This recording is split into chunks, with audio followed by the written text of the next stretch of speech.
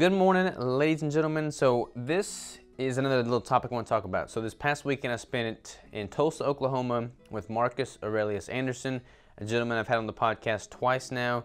He's written a book. He's a TEDx speaker. Super bright dude. He's got just an awesome story. Like, he was in the military. He was paralyzed. He flatlined on the operating table like 2 or 3 times. Now he's recovered. He's no longer paralyzed. And he was told he would never walk again. He's like a jajillion level black belt in jiu-jitsu and all kinds of other martial arts. We learned martial arts this past weekend at the Mindset meetup. But basically it was a workshop in which he kind of went through a couple life principles that's affected him profoundly. And then we kind of talked about it, how it could be implemented into our own lives.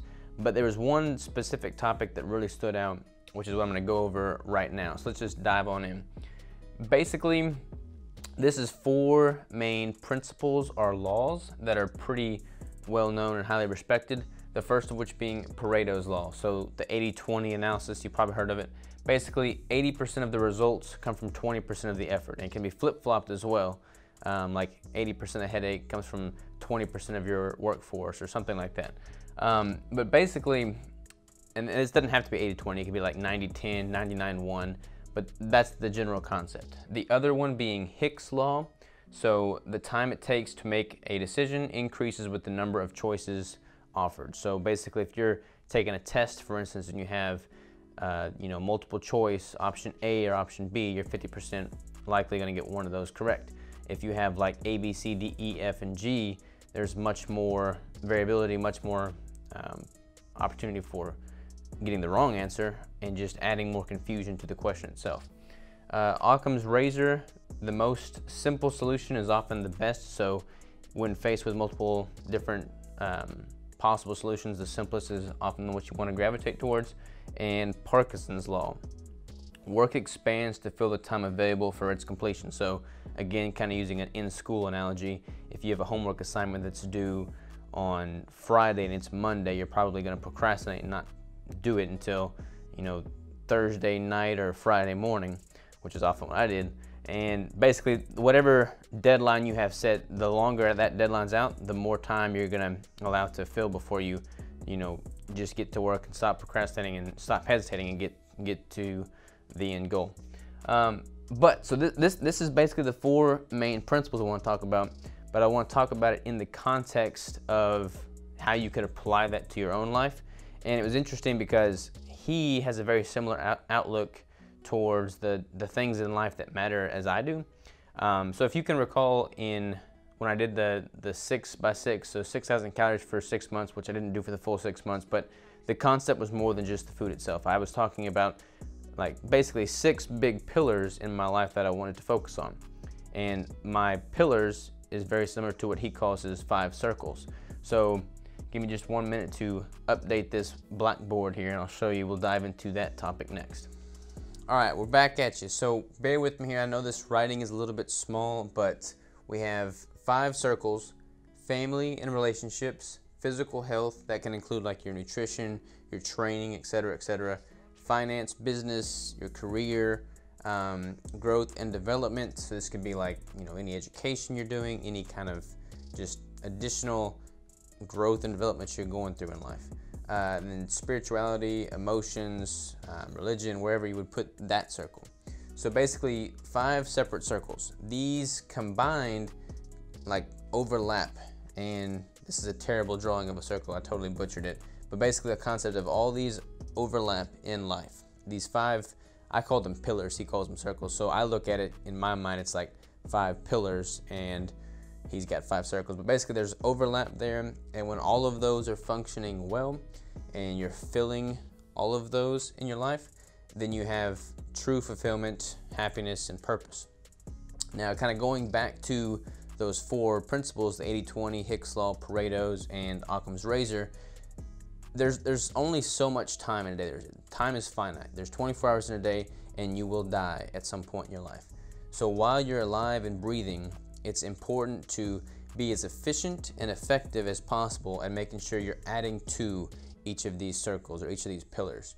And with time being scarce like it is, you have to make sure that what you're doing and how you're allocating your time is beneficial and advantageous towards finding this fulfillment and purpose. And there's times in life where you go through and life ebbs and flows. There's times where you have to focus on one circle or one pillar over the next. Like if you're starting a new career or something, you might be putting a lot more into your finance and business and career circle than you are your growth and development, or than you are your physical health. A lot of people, they sacrifice some of their physical health and well-being to focus on careers in life. So there's going to be instances in life where one circle or a couple circles are getting more attention than the others.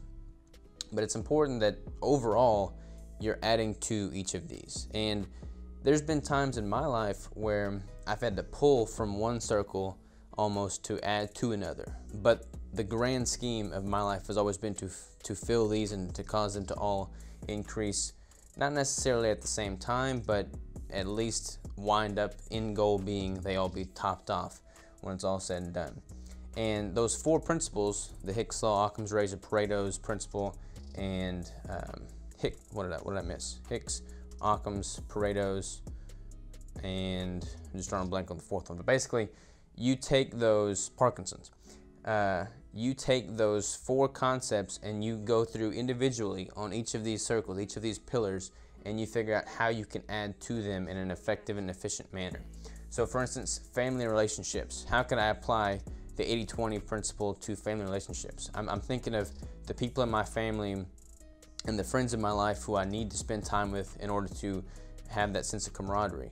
And since time is finite, what's the most bang for my buck, so to speak? What can I do that is 20% of my effort but results in 80% of the overall happiness of all parties involved? And a good example for me would be, on Sundays, going and having dinner with my mom and dad, brother, grandparents, something of that nature. Like just simply going over there for a few hours, having dinner with them, like that fills that cup tremendously, so to speak.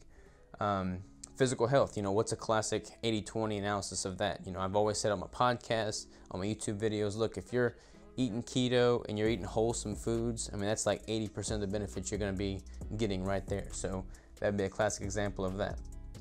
And then you could apply all those 4 principles to all of these 5 circles. And in doing so, you can kind of like self-analyze your life and how you're living it, how you're allocating your time, and then improve things and fill holes where it's needed so that you're kind of setting yourself up for success and finding your fulfillment and your purpose in life in a more effective manner. So yeah, this is kind of just where my mind's been. I had a really good time with him and the rest of the crew that was at that mindset meetup, that workshop.